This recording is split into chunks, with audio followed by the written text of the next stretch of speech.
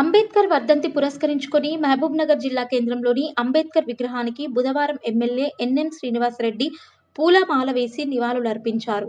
Vote హక్కును రాజ్యాంగంలో అంబేద్కర్ పొందుపరచడంతో ప్రజాస్వామ్యం ఏర్పడిందని గుర్తు చేశారు. వారి స్ఫూర్తితో, వారి రచనలతో ప్రజలు ప్రశ్నించే గొంతు ప్రశ్నిస్తూనే ఉండాలన్నారు. ఇదే ఓటు హక్కు లేకుంటే శాశ్వతంగా మహబూబ్ నగర్ బానిసత్వంలో తగ్గిపోయేది.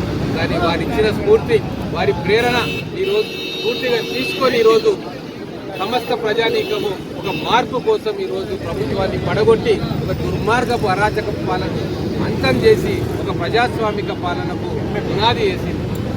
ఈ రోజు నుంచి మహబూబ్ నగర్ పట్టణంలో అంబేద్కర్ రాసిన రాజ్యాంగ స్ఫూర్తిగా, వారి రచనల స్ఫూర్తిగా ప్రశ్నించే గొంతు ప్రశ్నిస్తూనే ఉండాలి. నిరంకుశము, దౌర్జన్యాలు ఈ రోజు నుంచి మహబూబ్ నగర్ పట్టణం నుంచి వెళ్ళిపోవాలి. అలాగే ఏ సమస్య ఉన్నా కూడా ప్రజాస్వామ్యబద్ధంగా నిరసన తెలిపే హక్కు అధికారులకు కానీ, ప్రజాప్రతినిధులకు కానీ వారి దృష్టికి తీసుకొచ్చే హక్కు రాజ్యాంగం కల్పిస్తుంది. అదే హక్కును మేమందరం కూడా తూచా తప్పకుండా గౌరవించి పాటిస్తామని చెప్పి ఈ అంబేద్కర్ వర్ధంతి సాక్షిగా మేమందరం కూడా ప్రజలకు ప్రమాణం చేస్తూ ఉన్నాం. మనం ఎన్నుకోబడ్డది ప్రజల కోసమే, వాళ్ళ సమస్యలను వినడానికి, వాళ్ళ హక్కులను కాపాడడానికి, రాజ్యాంగ స్ఫూర్తి నిలపడానికి, రూల్ ఆఫ్ లా నిలబెట్టడానికి.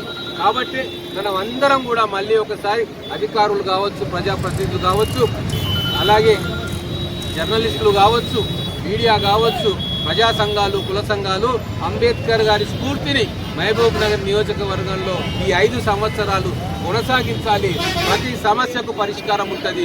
కూర్చొని ప్రజాస్వామ్యబద్ధంగా ఒకరికొకరు మాట్లాడుకొని ఇచ్చిపుచ్చుకునే వ్యవస్థను మళ్ళీ మనం నిర్మాణం చేసుకుందాం. ఆ అవకాశం కల్పించిన మహబూబ్ నగర్ ప్రజలందరికీ కూడా మరొకసారి చేతులెత్తి నమస్కారం చేస్తాం. జై భీమ్, జై బాబాసాహెబ్ అంబేద్కర్.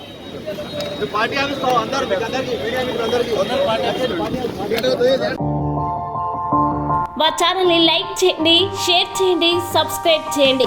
మరిన్ని అప్డేట్స్ కోసం పక్కనే ఉన్న బెల్ బటన్ నొక్కండి.